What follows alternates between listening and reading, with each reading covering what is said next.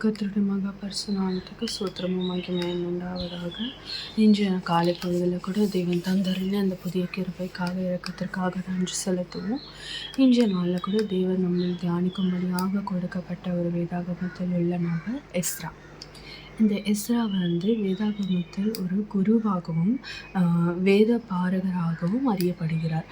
பாபிலோனிய சிறையிருப்புக்கு பிறகு யூத மக்களை ஆவிக்குரிய வாழ்க்கையில் வழிநடத்தியதில் இவர்களோட பங்கு மிகவும் முக்கியமானதாக இருந்தது. எஸ்ராவின் தனிப்பட்ட வாழ்க்கை மற்றும் தகுதிகள் பார்த்தோன்னா, வம்சாவளி. இவர் ஆரோனின் வழி வந்த ஒரு ஆசாரிய குடும்பத்தை சேர்ந்தவர். மோசேக்கு அருளப்பட்ட தேவனுடைய நியாயப்பிரமாணத்தில் மிகுந்த தேர்ச்சி பெற்றவர். பணிவு மற்றும் அர்ப்பணிப்பு. எஸ்ரா கர்த்தருடைய வேதத்தை ஆராயவும் அதன்படி செய்யவும், இஸ்ரவேலைய கட்டளைகளை நீதிகளையும் உபதேசிக்கவும் தன் இருதயத்தை பதப்படுத்தியிருந்தான். எஸ்ரா 7:10 இவ்வாறாய் குறிப்பிடப்பட்டுள்ளது. அவன் வேதாகமத்தை அறிந்திருந்தார். அதை இஸ்ரவேல் மக்களுக்கு போதிக்கவும் உபதேசிக்கவும் தன் இருதயத்தை பதப்படுத்தி இருந்தாராம். இவருடைய முக்கிய பணிகள் பார்த்தோன்னா, 2வது குழுவின் தலைமை.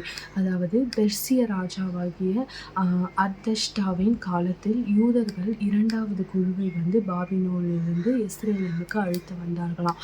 அந்த 2ஆம் குழுவிற்கு தலைவராக எஸ்ரா இருந்தாராம். இப்போ இந்த எஸ்ரா பார்த்தோன்னா, நம்மளுக்கு இதுக்கு முன்னாடி எல்லாம் பார்க்கும்போது இந்த பாபிலோனியால் சிறைப்பிடித்து செல்லப்பட்டாங்க.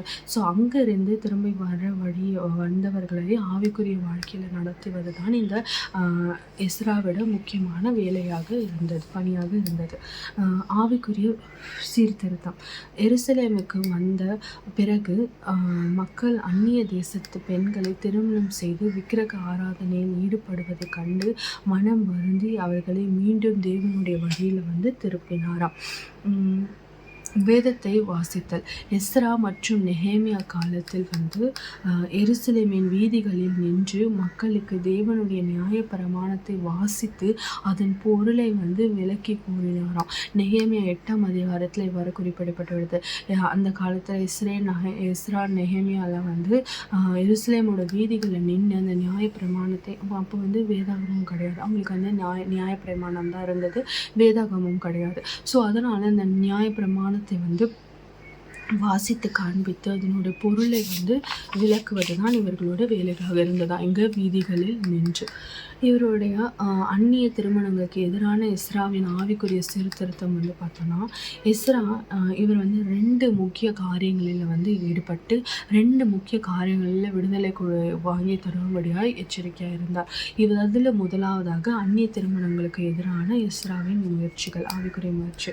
அதாவது எஸ்ரா எருசலேமுக்கு வந்தபோது தேவாலயம் கட்டப்பட்டிருந்தது செருபோல் காலத்தில். ஆனால் மக்களின் வாழ்க்கை முறை தேவனுக்கு பிரியமில்லாமல் இருந்தது. ஸோ இதனால் இஸ்ரவேல் தலைவர்களும் மக்களும் சுற்றி இருந்த அந்நிய தேசத்து கானானியர், மோவாபியர் பெண்களை திருமணம் செய்தனர். இது தேவனுக்கு எதிரானதாக இருந்தது. ஏனெனில் இது விக்கிரக ஆராதனைக்கு வழிவகுக்குமா. ஸோ எஸ்ராவின் எதிர்வினை எப்படி இருந்ததுன்னா, இந்த செய்தியை கேட்டவுடன் எஸ்ரா தன் வஸ்திரத்தை கிழித்து கொண்டு தேவனுக்கு முன்பாக அமர்ந்து ஜெபித்தாராம். அப்படியாக ஜெபிக்கும் பொழுது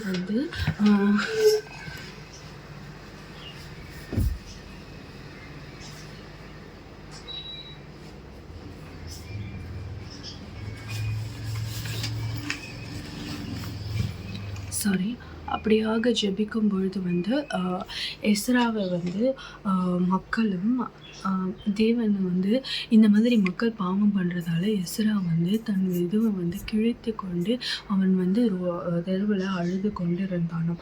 தேவனுக்கு முன்பாக அமர்ந்து அழுது ஜெபித்த ஆரம்பித்தாராம். அவர் கோபப்படுவதற்கு பதிலாக மக்களின் பாவத்துக்காக தன்னை வெட்கி தலை குனிந்தாராம். அவர் அந்த மக்களிடத்தில் போய் கோபப்படலை. அதுக்கு பதிலாக அவர் தன்னை தானே காயப்படுத்தி வெட்கப்பட்டு தேவன் முன்பாக அழுது ஜெபித்தாருன்னு குறிப்பிடப்பட்டுள்ளது. மனம் திரும்புதல். எஸ்றா 10ல் பார்த்தோன்னா, எஸ்றாவின் கண்ணீரை கண்ட மக்கள் வந்து தாங்கள் செய்த தவறை உணர்ந்து அந்நிய மனைவிகளையும் அவர்களிடத்தில் பிறந்த பிள்ளைகளையும் விலக்கி விடுவதாக வாக்கு கொடுத்தனர். இது ஒரு கடினமாக முடிவாக இருந்தாலும் இஸ்ரவேலினம் ஆவிக்குரிய ரீதியாக தூய்மையாக இருக்க இது அவசியமாக இருந்தது. இவருடைய இப்போ பாருங்க, இவர் கோபப்பட்டிருந்தா கூட அந்த இடத்துல வந்து ஒரு மனமாற்றம் வந்திருக்குமான்றது சந்தேகம்க்குரிய விஷயம். ஆனால் இவர் கண்ணியை விட்டு ஜெபத்தினால் இருந்ததுனால மக்கள் அவருடைய கண்ணீரை கண்டு வந்து மனம் திரும்புதல் அடைஞ்சாங்களாம். ஸோ அந்நிய மனைவிகளையும் அவர் மூலமாக வந்து பிள்ளைகளையும் வந்து அனுப்பிவிடுவதாக வாக்கு பண்ணினார்களாம். இது ஒரு கடினமான காரியமாக இருக்கலாம். ஆனால் இவர்களை வந்து ஆவிக்குரிய வாழ்க்கையில் தூய்மைப்படுத்துவதற்காக இது வந்து செய்யப்பட வேண்டியதாக அவசியமாக இருந்ததுதான். ஸோ இது மூலமாக தான் இந்த அந்நிய திருமணங்களுக்கு எஸ்றா வந்து ஒரு ஜெயத்தை பெற்று கொடுத்தார். இப்போ அடுத்ததாக பார்த்தா பெர்சிய ராஜாவுக்கு அர்தசஷ்டாவுக்கும் எஸ்றாவுக்கும் இருந்த உறவு. எஸ்றா ஒரு கைதியாகவோ அல்லது அடிமையாகவோ இல்லாமல் ராஜாவின் மிகுந்த மதிப்பை வந்து பெற்றிருந்தாராம். ராஜாவின் அங்கீகாரம். பெர்சிய ராஜாவாகிய அர்தஷ்டா எஸ்றா எருசலேமுக்கு செல்ல முழு அனுமதியும் அதிகாரத்தையும் வழங்கினாராம். பொருளாதார உதவி. தேவாலயத்தின் வழிபாட்டிற்கு தேவையான பொன், வெள்ளி மற்றும் பொருட்களை ராஜாவே வழங்கினார். மேலும் தேவாலயத்தில் பணிபுரிவர்களுக்கு வரி விலக்கியும் அறிவித்தாராம். எஸ்றா 7ஆம் அதிகாரத்தில் 21-24 வசனம் வரை இது குறிப்பிடப்பட்டுள்ளது. நீதித்துறை அதிகாரம். எருசலேமில் அதிகாரங்களையும் நியாயாதிபதிகளையும் நியமிக்கும் அதிகாரத்தை ராஜா எஸ்றாவுக்கு வழங்கினாராம். இது எஸ்றாவின் நிர்வாக திறமையை கிடைத்த அங்கீகாரம். முக்கிய காரணம் வந்து இதற்கான முக்கிய காரணம் என்னன்னா, அவருடைய தேவனின் கை அவர் மேல் இருந்தபடியினால் ராஜா அவர் கேட்டதை எல்லாம் கொடுத்தார் என்று வேதாகமம் கூறுகிறது. எஸ்றா 7:6 எஸ்றாவின் நேர்மையும் ஜெப வாழ்க்கையும் ஒரு புறஜாதி ராஜாவை ஈர்த்ததுன்னு பார்க்கிறோம். ஆமாம், முதலாவதாக அந்த அந்நிய திருமணங்களுக்கு வந்து அவன் ஜெபித்து அழுது வந்து ஜெயம் பெற்றான். இதில் வந்து இந்த அந்நிய ராஜாவாகிய இந்த அர்தஷ்டாவுக்கும் எஸ்றா வந்து ஒரு கைதியாவோ இதுவாவோ பார்க்காம அவர் ஒரு அதிகாரியாக பார்த்தாராம். அவருக்கு வந்து கட்ட போகிறது வந்து தேவனுக்கான எருசலேமத்தில் ஆலயம். அவரோ அந்நிய ராஜா. ஆனால் அந்த தேவாலயத்துக்கு தேவையான எல்லா பணம், பொண்ணு, பொருள், வெள்ளி எல்லாம் கொடுத்தாராம். மற்றும் வந்து அந்த கோயிலில் வேலை செய்கிற எல்லாருக்குமே வந்து வரி விலக்கியும் வந்து ஆசீர்வதித்தார் என்று பார்க்கப்படுகிறது. மேலும் வந்து அந்த அதிகாரிகளையும் நியாயாதிபதிகளையும் வந்து நியமிக்கும் ஒரு அதிகாரத்தை வந்து எஸ்றாவுக்கு கொடுத்ததை வந்து பார்க்க முடிகிறது. இது எதனால் அப்படின்னு பார்த்தோம்னா, இது எஸ்றாவினுடைய வேலை திறமையாக இருந்தாலுமே அதற்கு காரணம் அவர் மீது இருந்த தேவனுடைய கை என்பது இருந்தபடினால், தேவனுடைய கை அவர் மீது இருந்தபடினால் ராஜா வந்து அவர் கேட்டதை எல்லாம் கொடுத்தார் என்று வேதாகமம் கூறுகிறது. எஸ்றா 7ஆம் அதிகாரம் 6ஆம் வசனம் இவ்வாறால் கூறுகிறது, அவருடைய தேவனின் கை அவர் மேல் இருந்தபடினால் அப்படி என்று குறிப்பிடப்படுகிறது. இந்த எஸ்றாவுடைய நேர்மையும் அவருடைய ஜெப வாழ்க்கையும் தான் அவரை ஒரு புறஜாதியான ராஜாவே வந்து ஈர்க்க வைத்தது.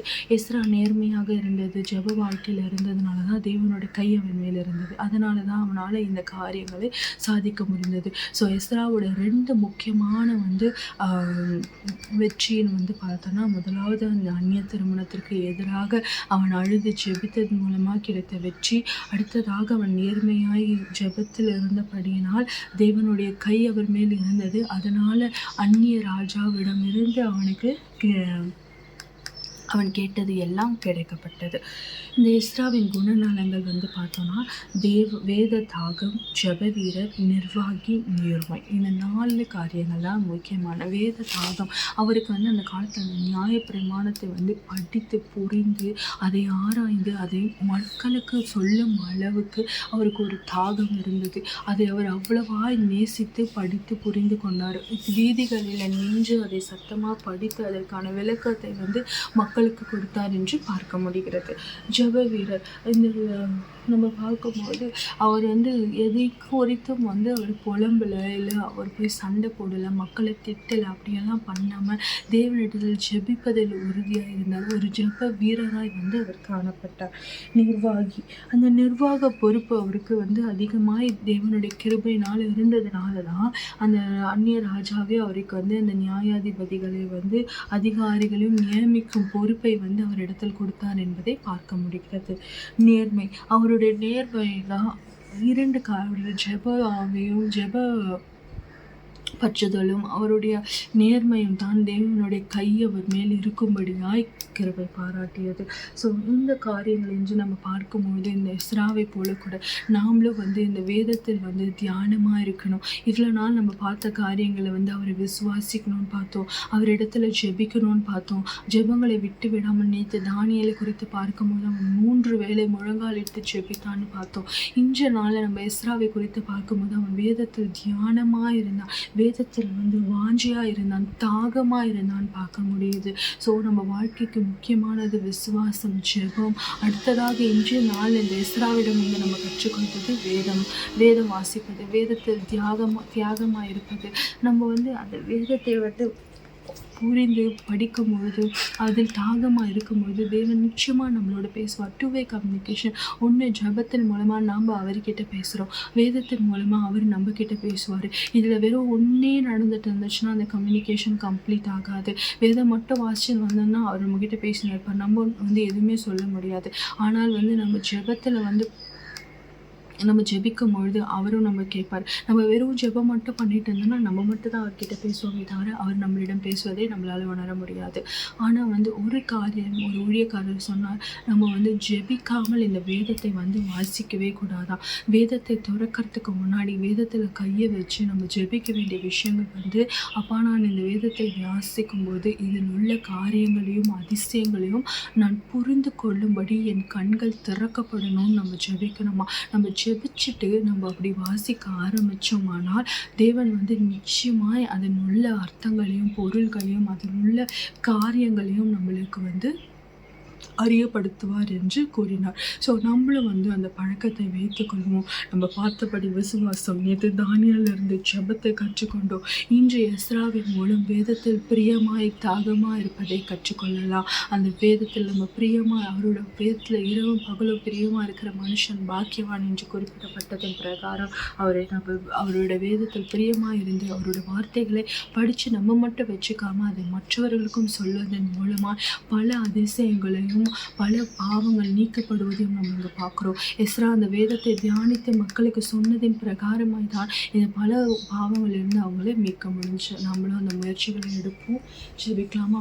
நேற்றும் இன்றும் மாறாத நல்ல தகப்பனே அப்பா, இதோ இந்த நல்ல வேலைக்காய் கூட ஜெபிக்கிறோம். இந்த காலை வேலையில் அப்பா எஸ்ராவை குறித்து நாங்கள் தியானிக்கும்படியாக நீர் தந்த கிருபைக்காக இரக்கத்திற்காக நன்றி அப்பா.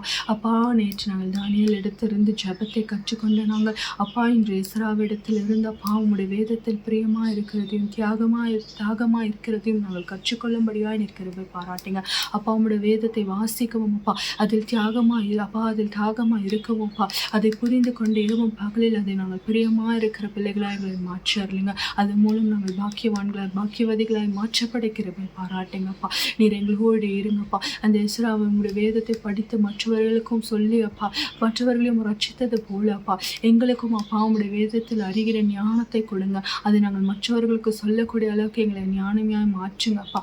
அதன் மூலமாப்பா நாங்களும் நன்மையடைய, எங்களை சுற்றியுள்ளவர்களும் நன்மையடையும்படியாக எங்களை நீர் பயன்படுத்துங்கப்பா. அப்பா நாங்கள் அப்பா உங்களுடைய வேதத்தில் பிரியமாக இருந்து உங்களுடைய விசுவாசித்து அப்பா நாங்கள் ஒழுக்க மொழியை பற்றி கொண்டப்பா பாவத்தில் விழாதபடி என் தேவனில் நாங்கள் நிலைத்திருக்கும்படியாக எங்களை நீர் பயன்படுத்துங்க அப்பா. ராஜா உண்மையில் நாங்கள் பிரியப்படுகிற பிள்ளைகளாக அப்பா, எங்களில் நீங்கள் பிரியப்படுகிற தகப்பனாக இருக்கும்படியாக எங்களை நீர் மாற்றி வரணுங்கப்பா. உங்களுடைய வேதத்தை வாசிப்பதன் மூலமாக அப்பா நாங்கள் என் வாழ்க்கையை ஒழுங்காக பற்றி கொள்ள அப்பா சீர்படுத்தி கொள்ளவும் கிருபை பாராட்டுங்க ராஜா. அப்பா இதோ இந்த இஸ்ராக்கு இருந்த நேர்மையும் அப்பா ராஜா, ஜெப வாழ்க்கையும் அப்பா அப்பா அந்த வேதத்தின் தியாகமும் அப்பா அப்பா ஜெப வீரரும் அப்பா எங்களுக்குள்ளும் ஊற்றப்பட வேண்டுமாய் கூட ஜெபிக்கிறோம் அப்பா. நாங்கள் அப்பா இந்த தியானித்த பிரகாரமாய் அப்பா அப்பா இஸ்ராவை போல அப்பா உம்மிடத்தில் அப்பா நாங்கள் ஜெபிக்கவும் இரக்கம் பெற்றுக்கொள்ளவும் அப்பா உங்களுடைய வேதத்தை படிக்கவும் அப்பா அதை மற்றவர்களுக்கு சொல்லி அவர்களையும் ரட்சிக்கும்படியான அப்பா அந்த ஞானத்தை நீர் எங்களுக்கு தர வேண்டுமாய் கூட ஜெபிக்கிறோம் அப்பா. அப்பா நீர் எங்களோடு இருங்க அப்பா. உண்மை மாத்திரம் நாங்கள் விசுவாசித்து உண்மையில் நாங்கள் அப்பா நிலைத்திருக்கும்படியா எங்களை நீர் பயன்படுத்துங்க ராஜா.